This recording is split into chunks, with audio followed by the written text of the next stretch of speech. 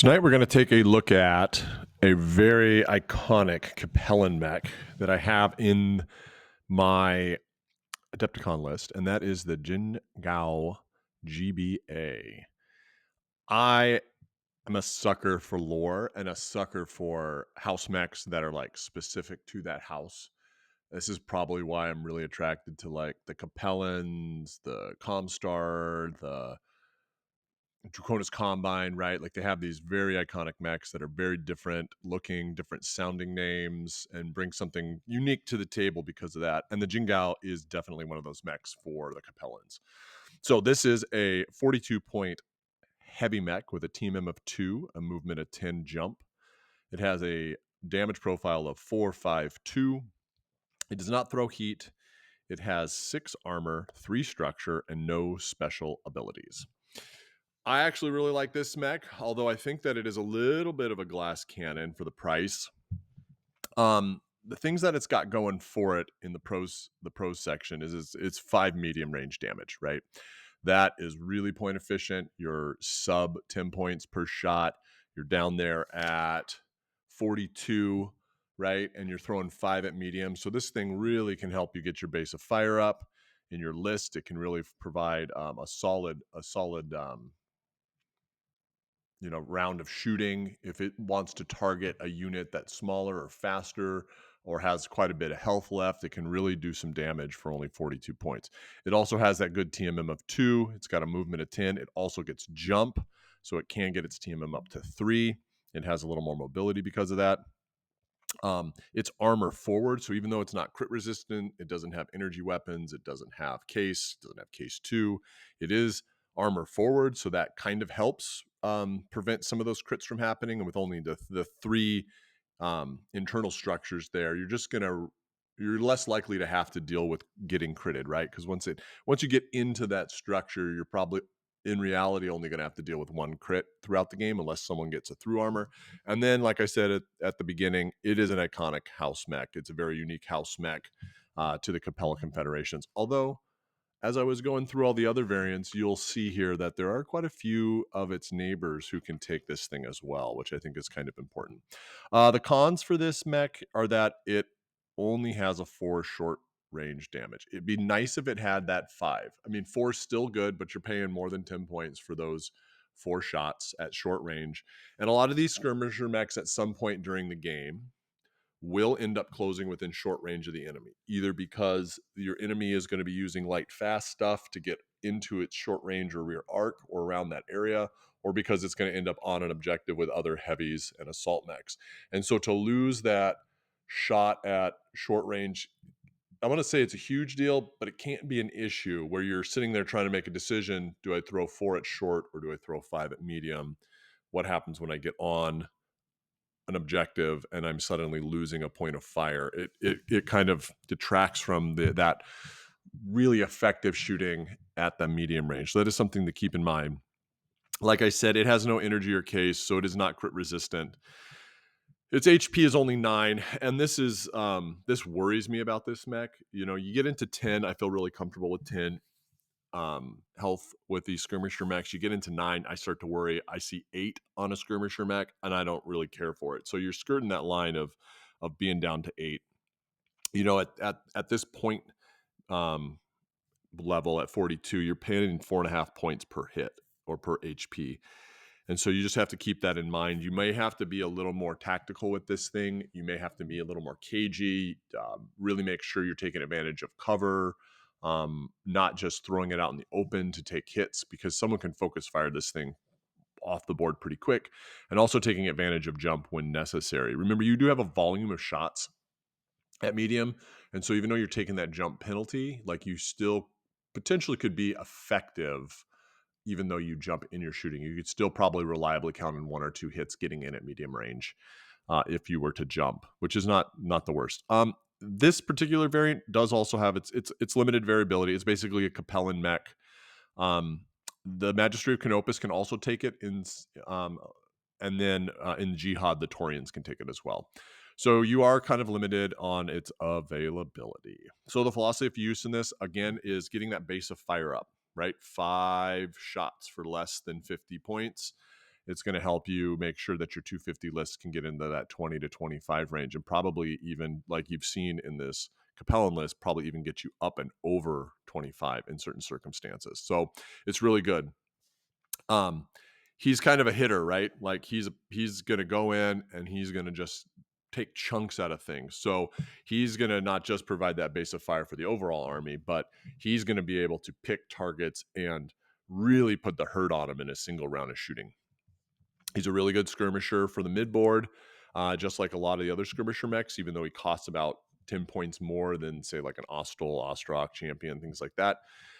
He is still a really good midboard skirmisher, but again, because his health is down to 9 and he costs a little bit more, you might not want to quite throw him out in the front, right? You want to, if I was running him and say I was running those Ostals, Ostrocks, things like that, quick draws, the things that I like, I might throw them out a little further to tempt my opponent to take them. I might even make more riskier moves to try to draw fire off of the Jinggau, and then have the Jinggau move up using hills and trees as cover to help protect itself a little more while marching towards that midline. So, if you think of the other guys as linemen, maybe he's a linebacker, right? He's still moving into that mid board with them, but you need to be a little more aware of his positioning than the others because he doesn't have crit resistance and because he's only got that 9 HP. He's also very good at defending objectives because he has that high damage output at medium range. And even though his short range is down to 4, that's still no joke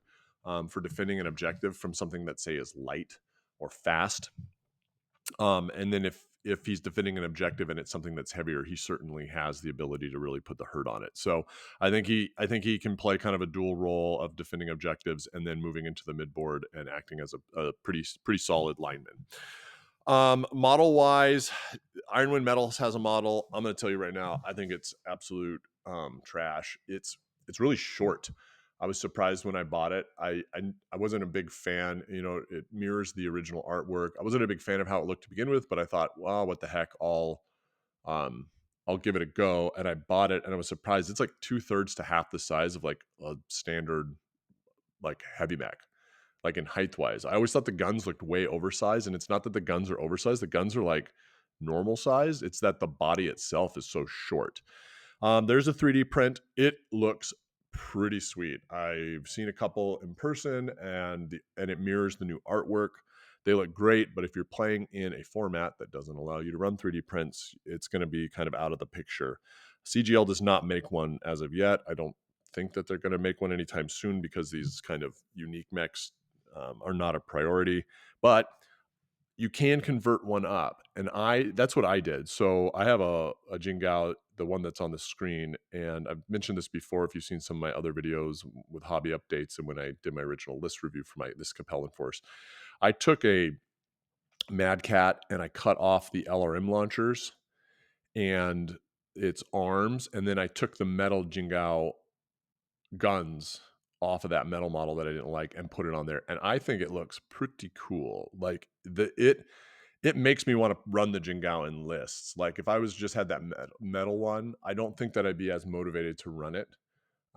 Just because uh, the way a force looks is really important to me. The way the models look can be really important to me, and I try to have things match up. And that metal one just doesn't match a lot of the CGL models I have for this force, not even close.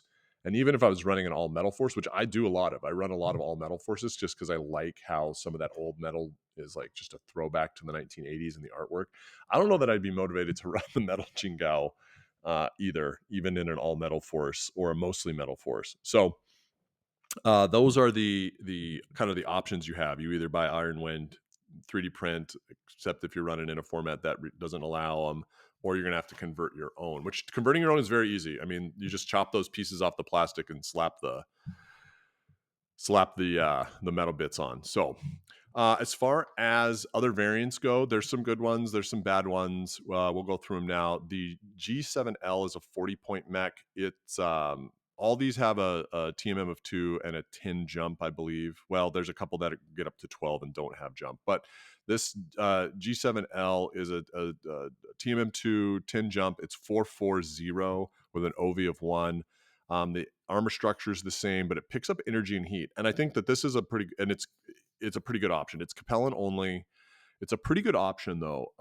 If you can run this, I think that the energy making it crit resistance is very helpful. It's still 4 shots at medium for 10 points a pop. It picks up that heat 1/1, which is pretty good. You know, like you're going to be like this thing is going to be putting out a fair amount of fire to begin with, and then you the potential to put heat on a mech or to do extra damage to infantry vehicles, I think is really key. And you have that OV1, which is not like I said, I don't typically like to fire my OV in game because the next turn your shots are so much less effective. But you know, with that heat in there, that kind of helps. I think it's nice. It's a nice variant.